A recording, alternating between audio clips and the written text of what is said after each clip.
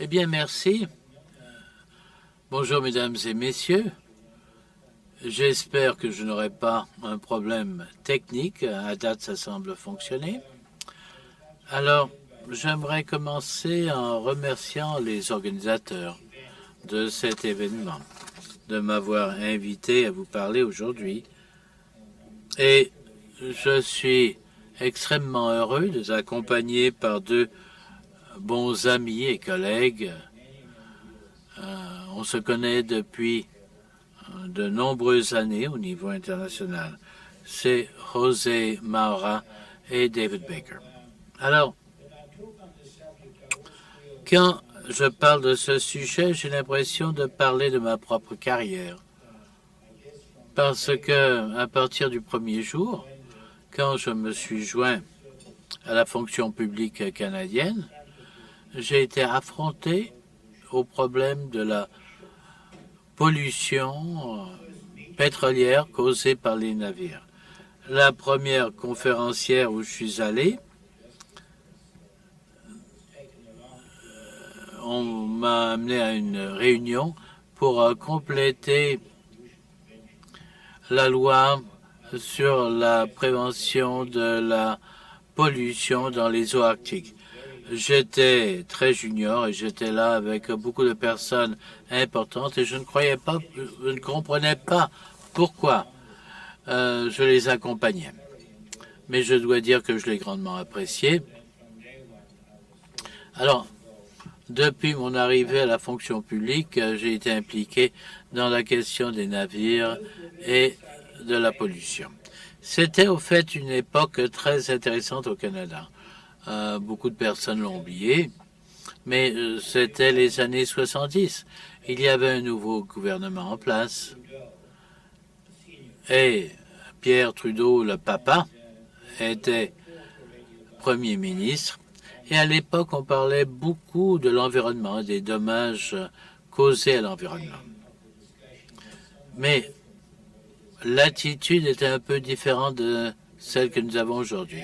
La préoccupation était les dommages qui pourraient être causés et les coûts du nettoyage impliqués, et non pas les dommages à long terme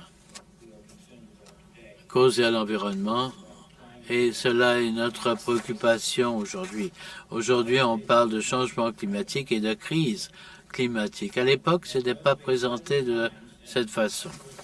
Mais c'était une époque intéressante et il s'est passé différents éléments. Laissez-moi vous donner quelques dates. Alors, en 1969, il y a eu la conférence de Bruxelles qui adopte la Convention de 1969 sur la responsabilité civile. Cela était la pierre angulaire du système international et je vais essayer de démontrer l'influence que cela a eue sur le Canada. Après cela, en 1969, la même année, il y a eu également un événement important en Amérique du Nord, et c'était le passage du navire citerne américain Manhattan dans l'Arctique canadien. Cela a été une crise entre le Canada et les États-Unis, parce que le Canada considère le passage du Nord-Ouest comme étant à l'intérieur des eaux navigables du Canada et que les Américains ne devraient pas être là. Pourtant, ils y étaient. Et on a réalisé que les dommages qui pourraient être causés pourraient être énormes parce que l'environnement dans l'Arctique rendrait le nettoyage difficile. Je crois que, au fait, il y a eu un problème avec ce navire et que les brise-glaces canadiens ont dû aider ce navire à traverser dans le passage du Nord-Ouest. Il y a eu également un autre incident qui a créé beaucoup de réactions au Canada, c'est l'incident de l'Arrow. dans la baie Chedaboucto de la Nouvelle-Écosse. Suite à cet incident, il y a une enquête publique et il a été suggéré que le Canada avait besoin d'un régime d'indemnisation et de responsabilité civile et qu'on ne devrait pas se rabattre uniquement sur le common law dans de tels cas. Après cela, en 1971, il y a eu la conférence de Bruxelles qui a adopté la convention de 71 portant sur la création du fonds FIPOL. Tous ces incidents, comme je l'ai déjà mentionné, ont suscité des projets législatifs ici au Canada. On va voir si cela fonctionne. J'avais oublié de mentionner l'incident du Torrey Canyon.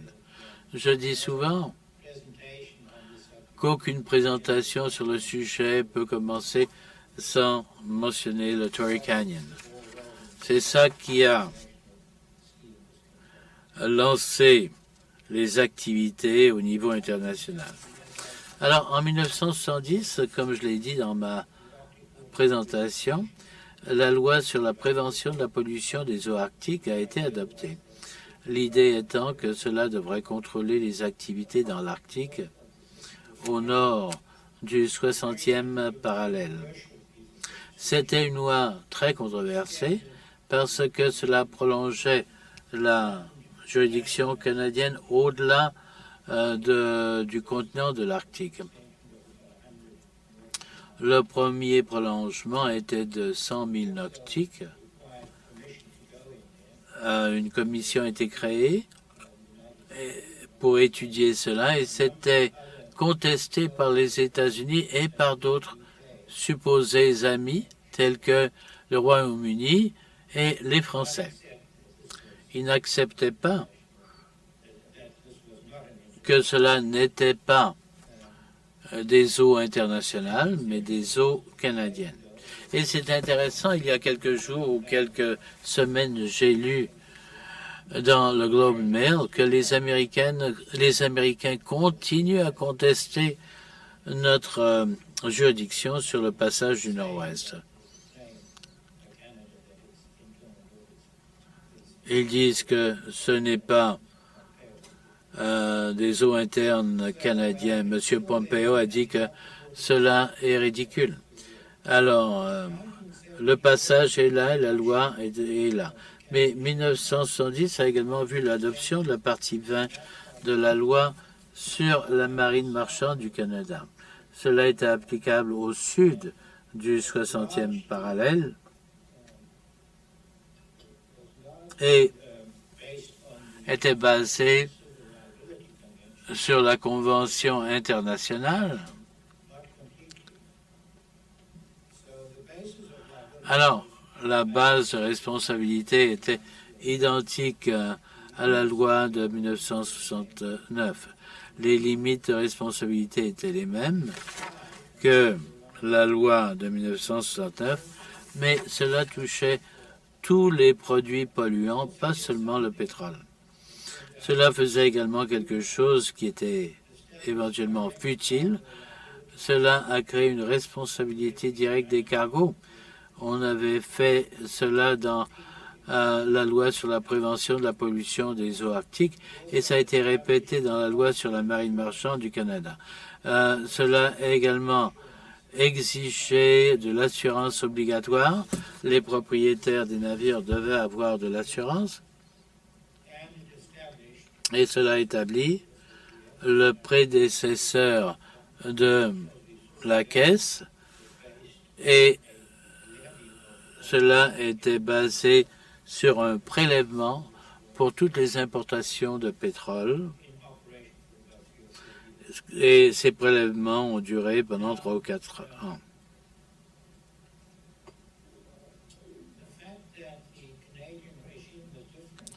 Le fait que le régime canadien soit différent, pas grandement différent, mais différents a eu pour résultat que le Canada ne pouvait pas se joindre à la Convention de 1969 et la suivante. Et on ne pouvait pas mettre en place certaines parties de notre régime, telles que l'assurance obligatoire, qui ne pouvait pas être mise en place parce que le groupe international de l'assurance de dommages ne voulait pas donner une carte bleue basée sur la loi canadienne. Il donnait cette carte bleue seulement dans le cadre de compagnies ou de pays qui étaient membres. Alors, Marc me dit toujours déjà que j'ai trop parlé. Une autre chose qui n'a pas été faite, c'était la question de prélèvement des cargos, même si cela est resté dans la loi pendant plusieurs années.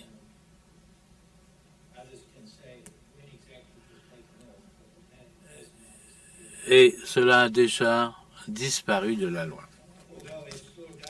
Même si cela est encore dans la loi de prévention de la pollution des eaux arctiques. La période qui a suivi l'adoption de cette loi était difficile pour plusieurs raisons. Parce qu'on n'était pas dans le programme international, mais heureusement, comme cela a été indiqué, on a eu très peu d'incidents pendant cette période de temps. Mais il y a eu 2 incidents. J'ai été étroitement lié à ces 2 incidents qui ont démontré la difficulté d'avoir un tel régime à l'extérieur du contexte du régime international. Le premier cas était l'incident du Kurdistan en 1979 au large des côtes de la Nouvelle-Écosse. Et c'était un bateau-citerne britannique qui a créé beaucoup de dommages en Nouvelle-Écosse. Comparé à la situation d'aujourd'hui et les normes reliées à d'autres incidents, c'était probablement un incident mineur. Mais à l'époque, on pensait que c'était quelque chose de très grave. Alors, cela a été ma première exposition à un incident.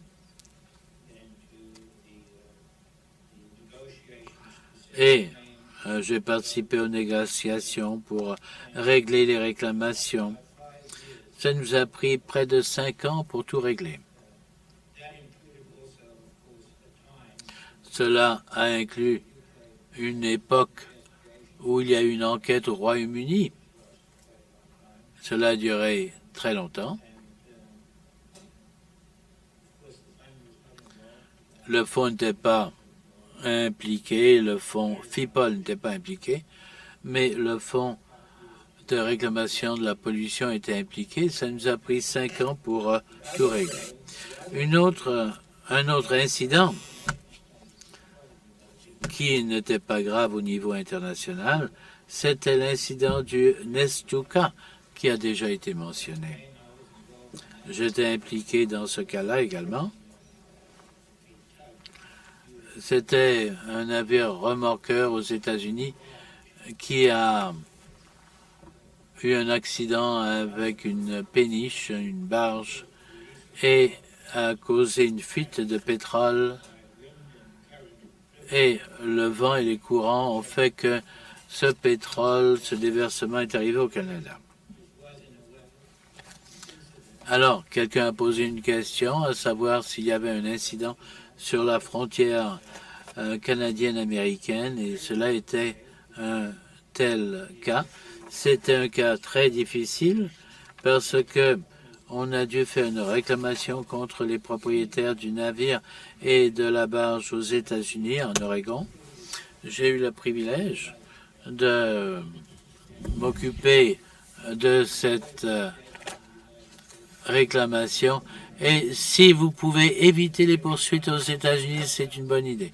Chaque fois que je téléphonais à notre avocat à Seattle, on m'encourageait à embaucher un autre expert. Et ça coûtait bien sûr beaucoup d'argent. Alors, à l'époque, le cas a été réglé, le procès a été réglé. C'était un règlement très intéressant.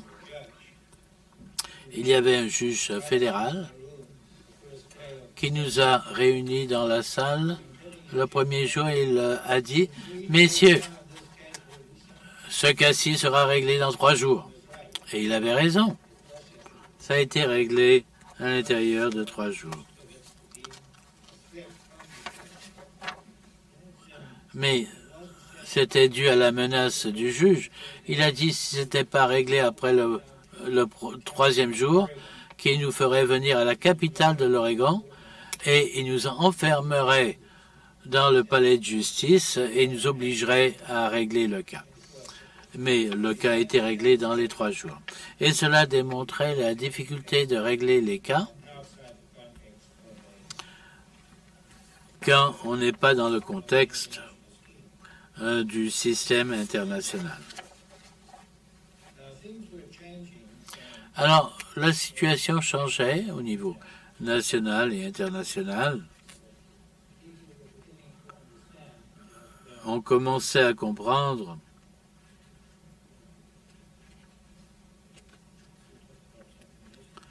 il me semble me manquer quelque chose ici.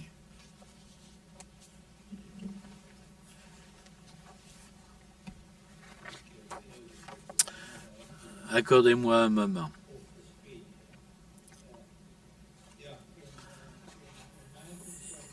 C'est ça, en 1978, il y a eu l'incident de l'Amoco-Cadiz au large des côtes de la France qui a mené à l'adoption de la Convention de 1971 portant création du fonds.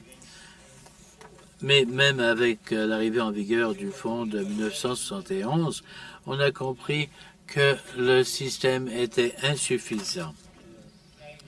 Et je crois que ceux qui ont fait la demande à l'époque se sont adressés à un tribunal américain pour obtenir le règlement. Des discussions informelles ont commencé en marge du comité juridique de l'OMI pour réviser la CRC de 1969 et la Convention de 1971 portant création du fonds.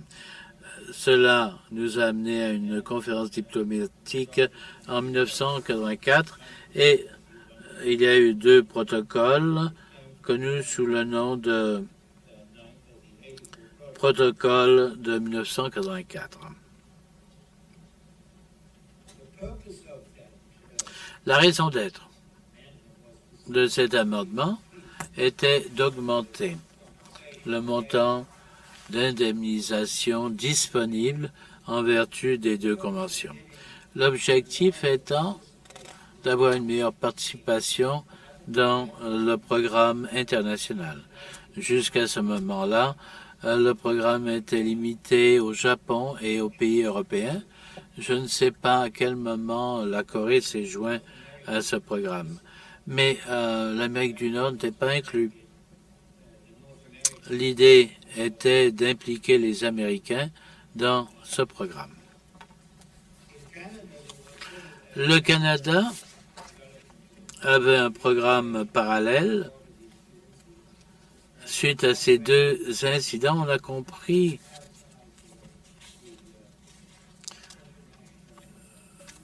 que le régime purement national n'offrait pas une indemnisation adéquate. Et s'il y avait un grand déversement au Canada, on serait mal pris parce qu'on serait exclu du FIPOL. Alors, il s'est passé quelque chose en même temps. En Amérique du Nord,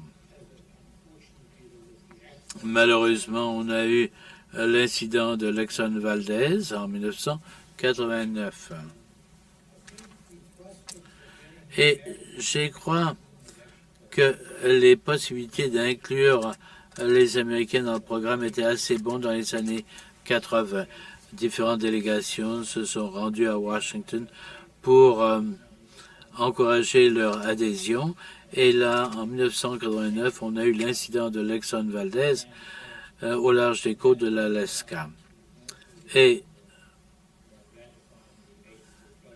à ce moment-là, les Américains ne parlaient plus de ratifier les protocoles de 1984.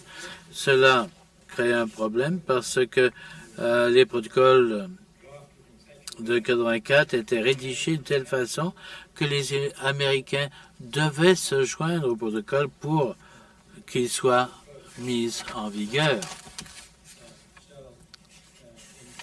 Alors, au Canada, l'attitude avait changé et on a rédigé une loi pour ces deux protocoles tels que ces protocoles étaient à l'origine.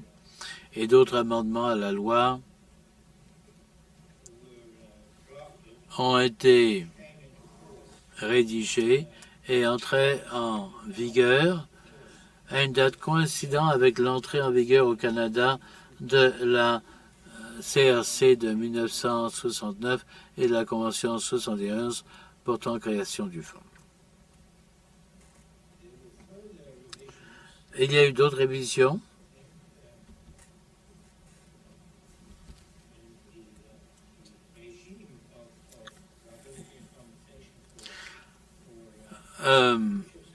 Quand la révision du régime a été transférée de la loi canadienne sur les navires, et c'est à ce moment-là qu'on a changé le nom du CID-PHN qui a eu lieu il y a 30 ans. Le CID-PHN est chargé de payer la contribution du Canada à la Convention de 1971 tous les ans, sauf dans les ans où il n'y avait pas de prélèvement, ce qui est arrivé une fois ou deux. Et il y a eu également des développements au niveau international. On a compris que les Américains ne se joindraient jamais et que les protocoles de 84 ne seraient jamais en vigueur. Voilà pourquoi on a commencé des négociations sous le fonds FIPOL pour développer deux autres protocoles. Le soi-disant protocole de 92 qui était identique au protocole de 84, sauf que les dispositions d'entrée en vigueur ont été modifiées. Et José, je crois que je peux dire que ces protocoles apportaient également une modification à la définition de dommages causés par la pollution à un terme de dommage environnemental. Alors, les deux protocoles qu'on a appelé le protocole de 92 entre en vigueur et ça, c'est la base du système international. Après cela, en 2003, il y a eu une autre conférence internationale qui a adopté un protocole permettant la création de fonds supplémentaires au fonds FIPOL. C'est un fonds qu'on peut se joindre de façon facultative, mais il faut être signataire des protocoles de 69 et de 92. Alors, cela complète notre image de la création du régime international et canadien. On est maintenant participant dans toutes ces conventions et on a joué un rôle assez actif dans le développement de ces programmes. Alors au Canada maintenant, on a un programme en 4 niveaux. Il y a la responsabilité du propriétaire de navire, le fonds FIPOL 93, le fonds supplémentaire, et en plus de cela, il y a le CIDPHN. Cela étant dit, mesdames et messieurs, je serais heureux de répondre à vos questions si elles ne sont pas trop compliquées.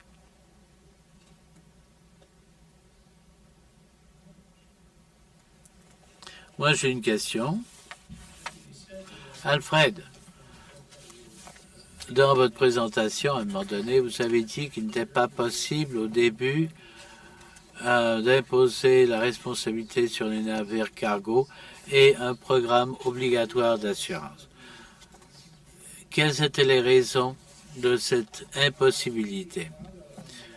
Eh bien, il est plus facile de répondre à la responsabilité des navires cargo, c'est qu'il n'y avait pas d'assurance pour ce type de navire. Il y avait de l'assurance pour la responsabilité vis-à-vis des produits, mais pas pour les navires. Ce qui fait peur, c'est que cela est encore inclus dans la loi de la prévention de la pollution des eaux arctiques. Alors, je devrais peut-être pas trop en parler. Dans le cas de l'assurance, on est allé à Londres à plusieurs reprises. On a eu de très bons lunchs dans les clubs et on nous servait beaucoup de Porto. Et à la fin, ils ont dit non, on ne peut pas vous donner cette carte bleue parce que vous n'êtes pas inclus dans le programme et on peut vous donner seulement si vous êtes dans le programme international. Alors, on n'a pas pu l'obtenir à ce moment-là.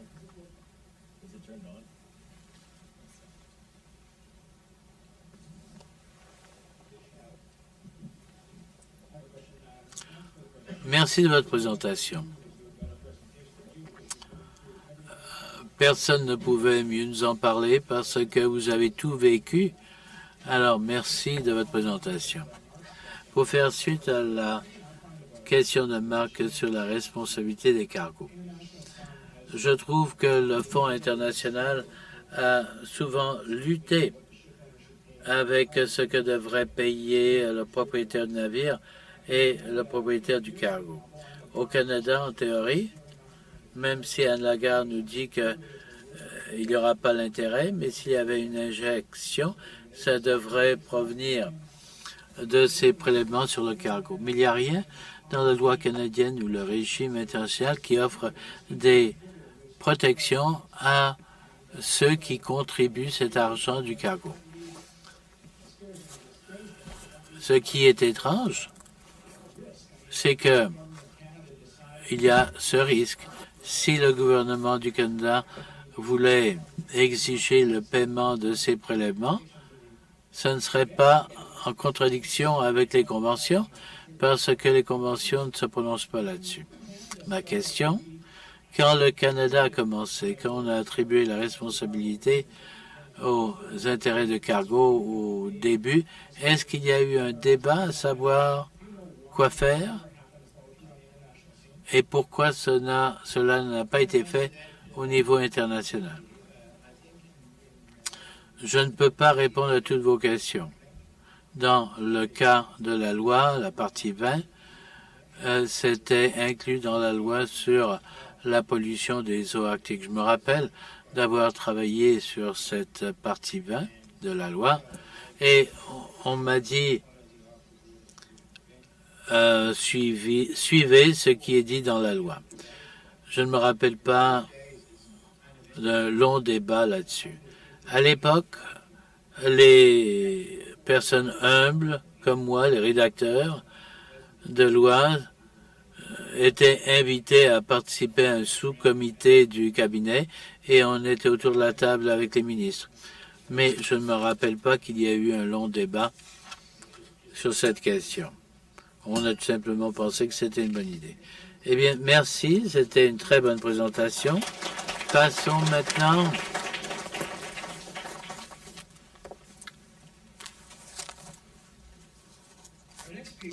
à notre prochain conférencier. C'est une personne avec qui j'ai eu le plaisir de travailler depuis plusieurs années. Et comme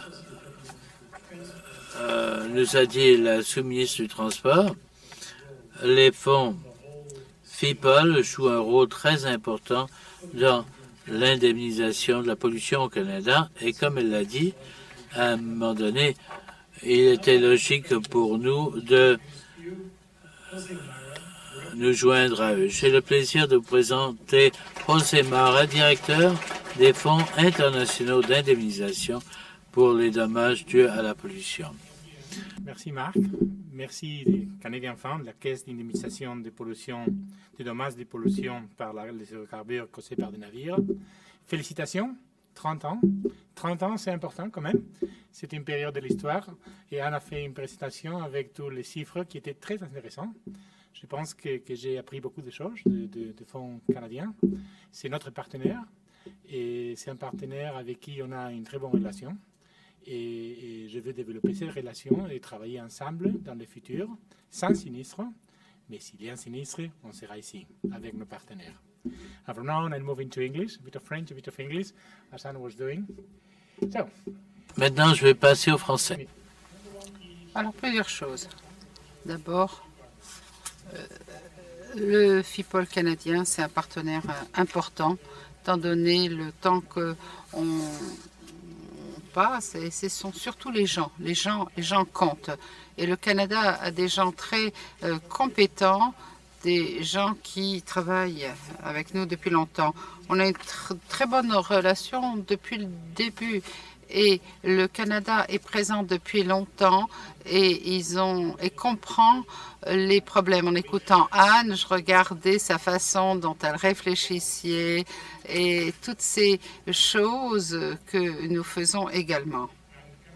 Et le Canada exerce une influence positive sur les activités des FIPOL. C'est un pays qui montre la voie, qui fait plus que sa part, parce que c'est un grand pays, pas très grand en termes de population, mais je peux vous dire qu'au sein de l'OMI, ils font beaucoup. Alors vous pouvez voir là, là on voit Jillian, et à droite un certain nombre de personnes. On voit Jerry, on voit Alfred, et puis un monsieur qui réfléchit. Sérieusement, c'est celui qui travaille très fort, les autres ne font rien. Mais oui, le Canada fait partie des FIPOL depuis longtemps. Et ils sont administrés, ils administrent la convention portant création du fonds, le protocole. Alors, il est composé d'assemblées, de comités exécutifs, de secrétariat. On se réunit 2 fois par an. Et on établit les critères d'admissibilité des demandes d'indemnisation. L'idée, c'est d'avoir des critères qui soient les mêmes pour les 160 pays, y compris le Canada. On évalue les demandes d'indemnisation et on dédommage les victimes, on paye les factures et ensuite on administre les aspects financiers. Bon, ça, vous l'avez déjà vu, c'est 3 couches, donc le fonds complémentaire, le fonds de 92 et la convention de 92 sur la responsabilité civile. Mais en fait, ça pourrait être tout en haut parce que si il y a une demande d'indemnisation, eh bien, elle passe par ces différents niveaux. Donc, nos partenaires dans ce régime d'indemnisation, on s'assure que les victimes soient payées aussi rapidement que possible. Voilà les chiffres. Donc, limite de responsabilité, pas de limite de responsabilité côté canadien, mais 1,1 milliard pour nous. On a 282 millions de dollars et dans le fonds supplémentaire, on a plus de 1 milliard de dollars. Donc, c'est beaucoup d'argent. Les gens pensent que ça n'est pas beaucoup d'argent, mais c'est beaucoup d'argent. Hein. Donc, je m'excuse auprès des interprètes, je sais que je parle vite. Donc, si tous les...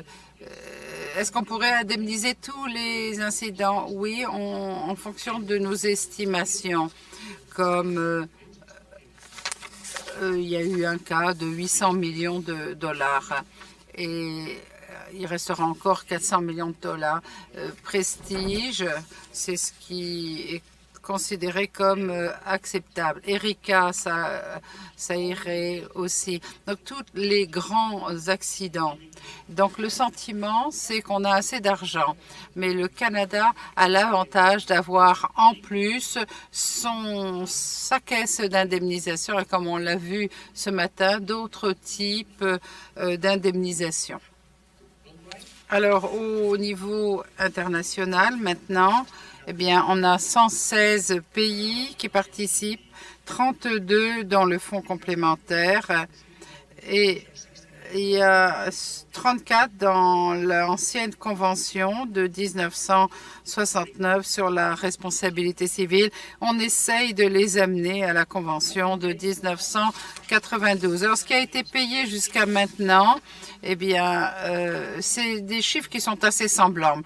Alors, depuis tout début de l'histoire, on a payé un total de 684 millions de dollars en indemnisation et compensation, c'est ce qui est donné aux victimes. Indemnisation, c'était prévu par la première convention, article 5. Il fallait payer 25% à la CRC et c'est pour cela qu'on a les deux, indemnisation et compensation. Alors, fonds de 1992, 46 incidents, environ 353 millions payés en indemnité. Le fonds de 71, 107 incidents, environ 331 millions payés en indemnité. Le fonds complémentaire, il n'a pas été activé, il n'y a pas eu d'incident. Enfin, il y a eu quelque chose en Grèce, mais on n'a pas eu à payer. Alors, l'histoire des FIPOL, on célèbre le 40e anniversaire, donc je comprends très bien votre 30e anniversaire. Ça a été important. On a eu 3 présentations importantes. Il y a eu Dr. Ganton de l'Allemagne, Dr. Jacobson de la Suède, et M. Mostevein des Pays-Bas. Ils sont venus avec leur famille et ça a été un événement très agréable, une belle réception, beaucoup de gens. Donc, ça montre quelque chose qui est important, c'est-à-dire le sens de la famille dans ce monde international où nous sommes, où nous essayons d'indemniser les victimes, on travaille ensemble. C'est ça qui compte. C'est d'ailleurs le sens de cet événement également. Ici, bon, là, vous voyez le Canada, différentes étapes, CRC 69, Fonds de 71, CRC de 82, de 92 et le Canada est un leader dans la convention SNPD de 2010 qui n'est pas encore en vigueur. Et là, dans cette photo, vous avez des membres de la délégation canadienne avec le secrétaire général de l'OMI, les interprètes. Et puis, M. Metropoulos, dernière photo, c'est les commissaires, la ratification. Le Canada a été un important pays pour le fonds, un des 10 principaux contributeurs, aujourd'hui 11e contributeur, 2% du total. Mais sa part est beaucoup plus importante que sa contribution. Et ça, c'est grâce aux gens. Là, on a les chiffres des contributions. Donc, c'est financé en fait par 10 à 11 pays qui représentent 71% des contributions. Et tous les autres pays, les 105 pays, payent 35%. Il y en a beaucoup qui ne payent rien du tout. Et dans le fonds complémentaire, c'est pareil, des États qui payent environ 84% des contributions. La délégation canadienne, comme je dis, elle a toujours été très importante, très influente, grandement respectée. Alors là, il y a des noms que vous avez déjà entendus. Peter Trop, Kenneth McInnes. Tous les deux sont venus à Londres pour la réunion. Évidemment, on a eu Alfred Pope. Il a assisté à chacune des réunions. C'était quand il présidait une réunion de la Convention. Celle d'origine, c'est là que je l'ai rencontré. Mais depuis, il a présidé toutes sortes de choses. Notamment, il a été président de 4 groupes, président du comité exécutif du Fonds de 71, etc. On a eu aussi Marc Gauthier, bien sûr, faisait partie de la délégation, une partie importante. Et puis le bon Jerry, qui est décédé récemment, il a été président en fait de l'organe de contrôle de gestion, quelqu'un de très actif, un homme très efficace, un bon ami. Émile Di Sansa, je ne crois pas qu'il soit là aujourd'hui, mais ça c'est un autre Canadien très important dans l'arène internationale. Nous avons Anne Legard, bien entendu, elle est là, et Daniel Haché et Moka McCleary, et Gillian Grant et François Marié. Donc un grand nombre d'entre eux qui sont présents ici, et le Canada est vraiment un chef de file, et ça c'est vraiment grâce à vous, des gens qui ont des connaissances, de l'expérience. Alors, incidents survenus, il n'y en a pas eu beaucoup. Avant la Convention, on a eu le Irving Well, le Xantoria. Quand je dis pas beaucoup, c'est parce que le fonds, la Caisse ne s'occupe que des indemnisations. On est plus restreint dans notre niveau d'intervention. Ensuite, il y a eu le Nancy-Gaucher, port de Hamilton, le Rio Orinoco, le King Darwin, et puis on verra s'il y aura d'autres cas. Un incident survenu en Colombie-Britannique, le Nathan Stewart. On verra si la convention s'applique ou pas, et ça reste à voir. Mais en tout cas, on sera là pour travailler avec le Canada pour trouver des solutions. Alors, comme j'ai dit, une excellente relation avec le Canada dès le début. Des gens très bien, Transport Canada très actif, la Caisse canadienne, la garde côtière qui participe, contribution positive aux questions de politique, assure le maintien des principes mais prend les devants pour apporter des améliorations lorsqu'il le faut. Parmi les 10 principaux pays à faire cela, parce qu'il faut être actif et s'assurer de suivre l'évolution, sinon on devient obsolète, et c'est ce qu'il y a de pire. Parmi les 10 principaux États contributeurs, aujourd'hui 11e, et ils nous ont invités à Montréal. Les gens étaient très contents de venir à Montréal en 2008. Les gens ont de très bons souvenirs et disent on est allé à Montréal, on a été invités, on a eu une très bonne réunion. Et le Canada est un promoteur actif de la Convention SNPD. Donc, réunion à Ottawa, un atelier en 2016, un groupe d'États dirigé par des Canadiens. Donc, vous voyez, le Canadien compte, c'est un bon ami, et donc je suis heureux d'être ici, et bon anniversaire.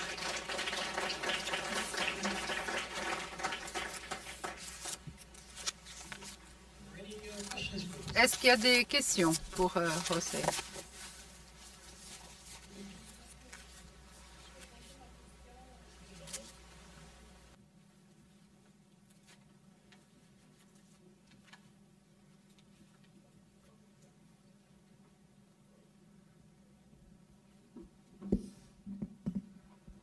OK. Je vais poser ma question en français et Marc peut peut-être traduire si... la question vient de quelqu'un qui nous écoute en ligne. Ça vient de Sébastien Cyr.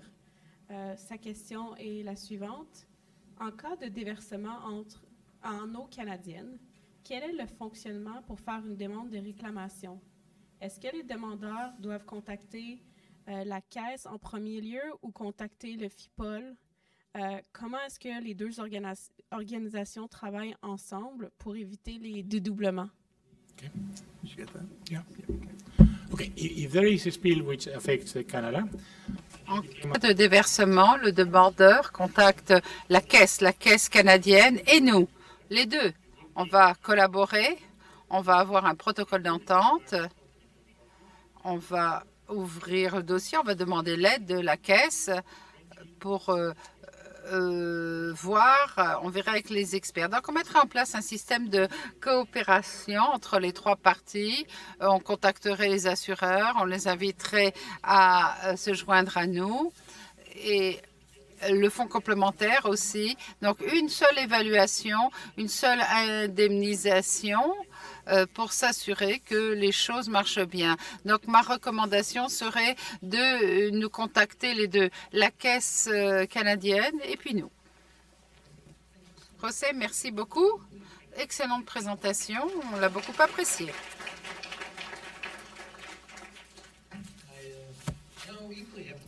Et j'ai maintenant le grand plaisir de vous présenter quelqu'un que je connais depuis très longtemps, depuis l'époque où il travaillait pour le ministère du Transport du Royaume-Uni. C'était il y a longtemps, n'est-ce pas, David?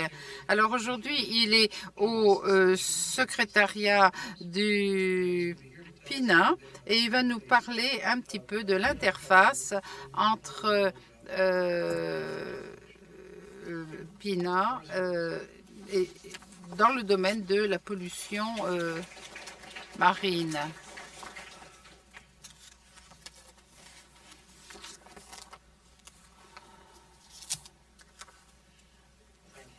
Merci Marc pour cette présentation. Bonjour tout le monde, c'est un plaisir d'être avec vous aujourd'hui pour célébrer le 30e anniversaire de la Caisse, de voir d'anciens amis, faire de nouveaux amis et de faire une présentation dans le cadre de ces célébrations. Alors, au cours des 15 prochaines minutes, je vais vous dire ce que le groupe P&I, les clubs PI font. Alors, ce que nous font, et puis je vais aussi vous le présenter de la perspective canadienne pour les dommages dus à la pollution par les hydrocarbures et puis aussi des demandes d'indemnisation spéciale. Alors, qu'est-ce que l'International Group? Alors,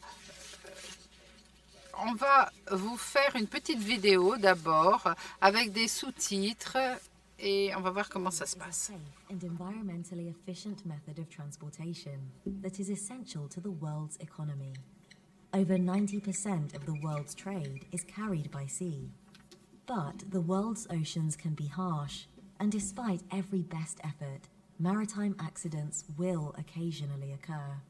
When things do go wrong, the liabilities ship owners incur can include loss of life and personal injury, pollution damage, collision damage, wreck removal, and damage to property, as well as economic losses.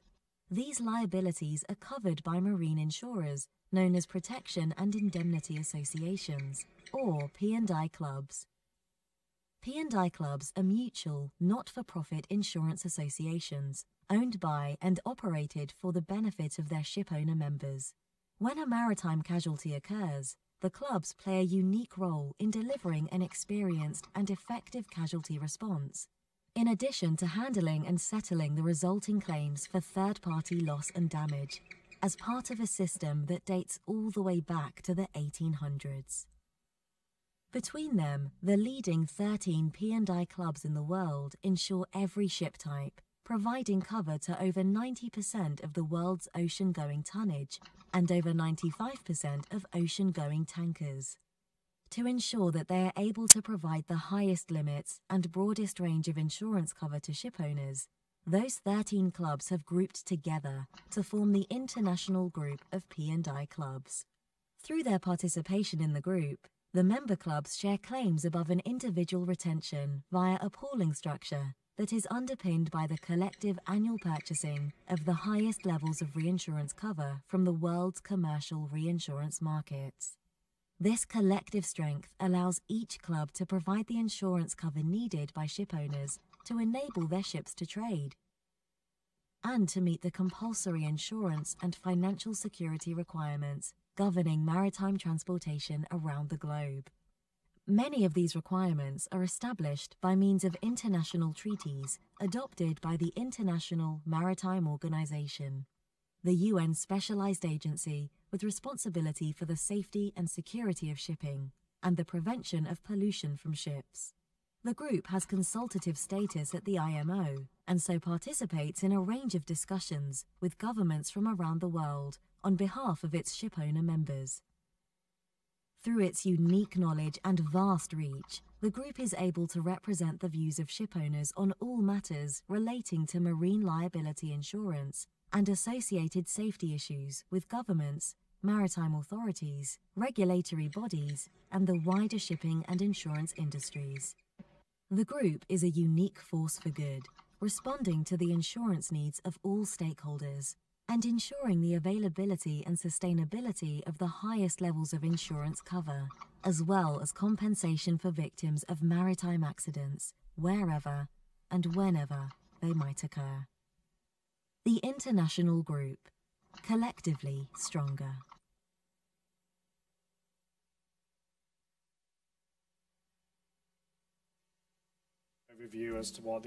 Micro.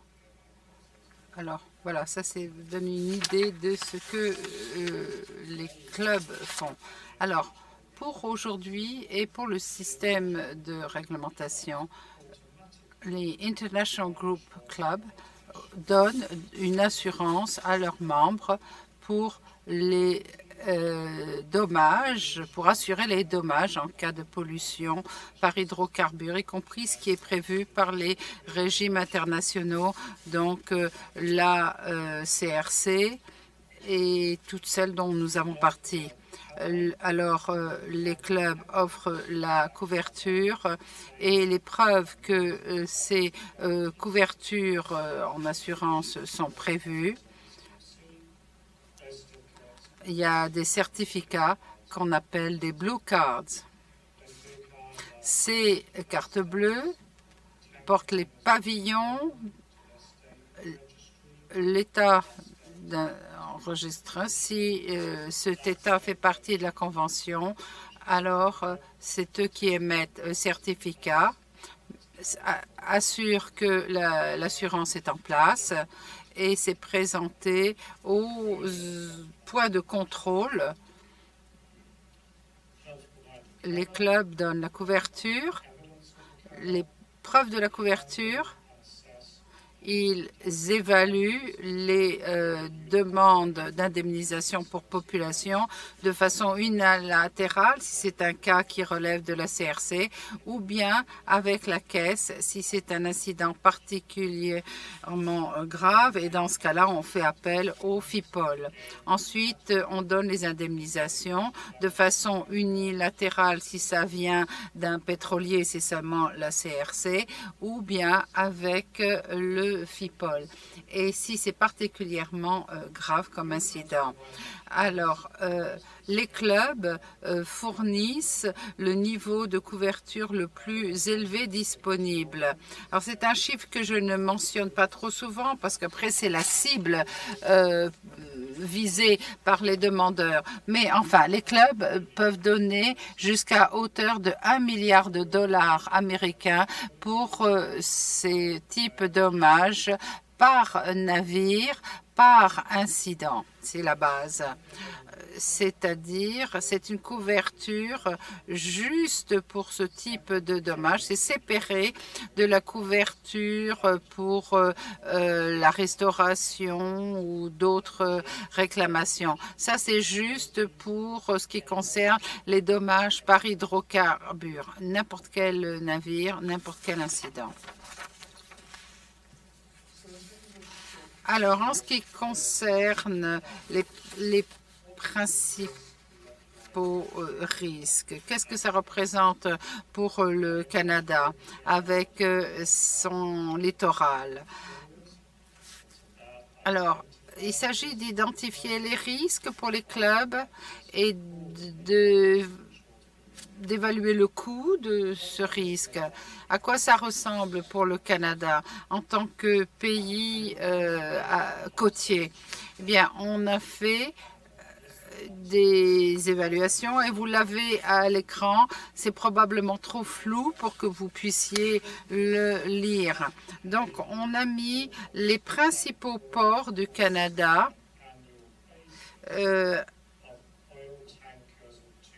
avec le tonnage. On a regardé ces pétroliers d'un certain tonnage parce que c'est l'équivalent au seuil minimum d'assurance en vertu du régime international, donc la Convention de 1992. Et si vous regardez les données que l'interprète ne peut pas lire, vous voyez ça va du plus occupé. On le fait de façon annuelle depuis 2013 jusqu'à 2018. Et en regardant les chiffres tout en bas, vous voyez qu'en moyenne, on parle d'un peu plus de 1000 causes pour les ports canadiens chaque année. Si vous les additionnez sur toutes ces années jusqu'à 2018, on parle de 6200 causes en tout, 272 déjà pour le premier trimestre de cette année, avec Saint John qui est le port le plus occupé. Et donc si on avait le temps, on pourrait comparer cela avec d'autres pays, mais juste ces chiffres montrent que ça n'est pas un risque mineur. Alors, avec les mêmes données, mais ventilées en fonction des pavillons des pétroliers, toujours par rapport au port. Alors, là encore, c'est pas très clair, mais la raison pour laquelle on a fait cette ventilation selon les pavillons, c'est par rapport à ces cartes bleues dont j'ai parlé, qui concernent ces pavillons qui peuvent émettre leurs propres certificats qui sont à bord et qui sont vérifiés au point de contrôle canadien lorsque ces navires se présentent dans les ports. Alors, vous verrez que la majorité, c'est pour les pavillons où il y a des registres importants, donc les îles Marshall, le Liberia, la Grèce, Malte, le Panama, et environ un tiers de ces causes au Canada en relation avec ces pétroliers inscrits aux îles Marshall. Donc, ils ont le certificat de la convention émis par les îles Marshall, parce que les îles Marshall font partie de cette convention. Et en rouge, vers le bas, je vous ai mis les États-Unis. Vous voyez qu'il y a eu 7 causes ou 7 et ils étaient enregistrés aux États-Unis. Et la raison pour laquelle je vous ai mis cela, c'est parce que les États-Unis ne font pas partie du régime international. Donc, il faut que ces pétroliers obtiennent leur certificat d'un pays faisant partie de la Convention. Alors, ça peut être le Canada ou un autre État.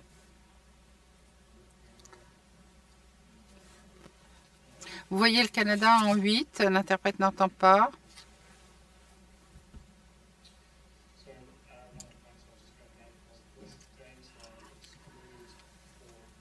Eh bien, ces données excluent ces escales. Hein. Donc, on a dû enlever ces données, sinon il y aurait eu un dédoublement. L'interprète n'a pas entendu la question.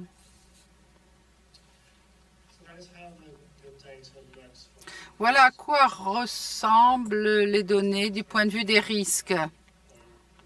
Mais du point de vue des demandes d'indemnisation pour dommages.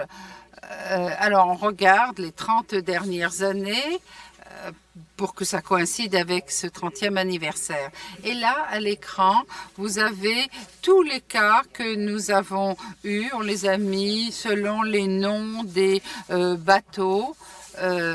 Alors, quand le bateau fait partie d'un des clubs, que c'est un pétrolier ou non, ou une demande d'indemnisation a été faite et une indemnisation a été payée, et lorsque les clubs ont été sollicités sur place ou autrement.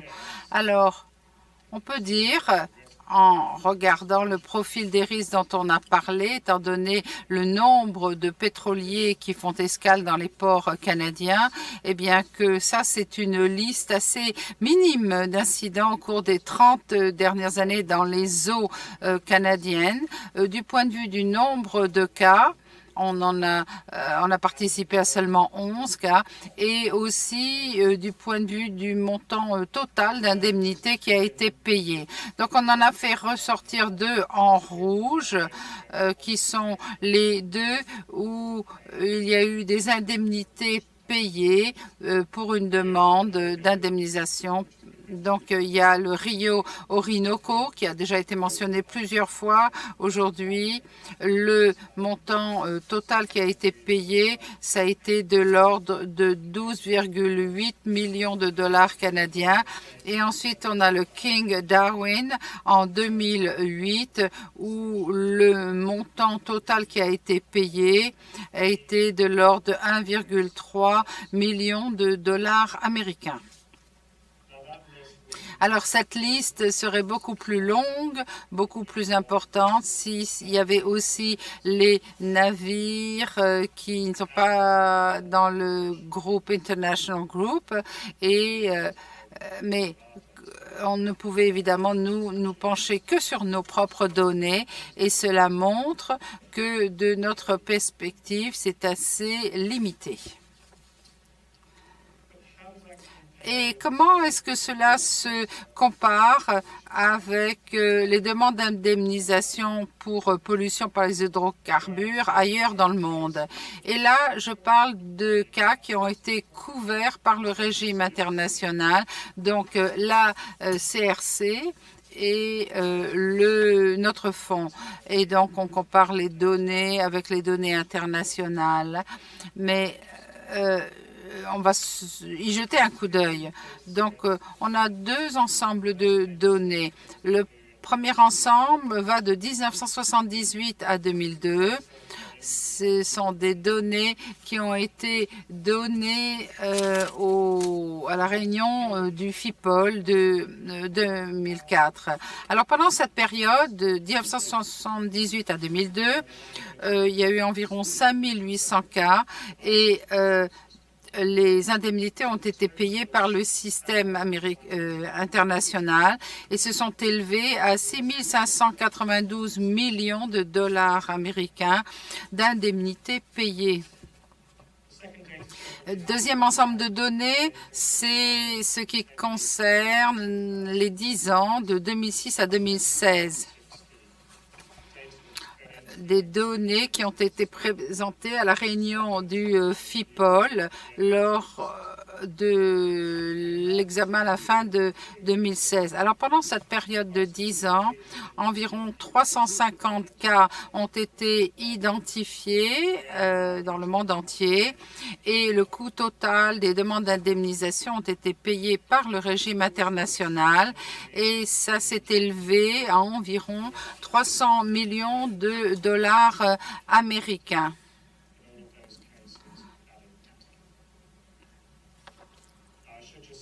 Alors, je devrais ajouter que même s'il s'agit de cas dans le monde entier, donc ça comprend aussi les cas canadiens, cela n'inclut pas les cas des pétroliers américains, sont exclus de ces statistiques. Donc, quand on compare les données d'un pays avec les données internationales, eh bien, je dirais que là encore, c'est plutôt favorable lorsqu'on parle du Canada. Donc, en conclusion, on dirait qu'il y a une garantie incomparable pour les demandes d'indemnisation en cas de pollution. On ne connaît aucun autre pays dans le monde qui ait un système réglementaire semblable avec à la fois le régime international et la Caisse nationale. De notre expérience Il y a des données limitées par rapport aux incidents canadiens. C'est une bonne chose. Espérons que cela va continuer. On peut dire aussi, et je dis pas cela seulement parce que je suis ici, mais il y a vraiment une excellente coopération entre l'administration canadienne, l'industrie, donc la marine marchande, et le FIPOL. Et ça, c'est grâce au système réglementaire. C'est pour cela que nous sommes ici aujourd'hui. On a hâte de renforcer encore cette relation avec la prochaine convention. Avec la Caisse. Les 30 années qui se sont écoulées ont constitué un succès. Nous souhaitons en vivre autant pendant les 30 prochaines années et donc je vous souhaite un très bon anniversaire pour vos 30 ans.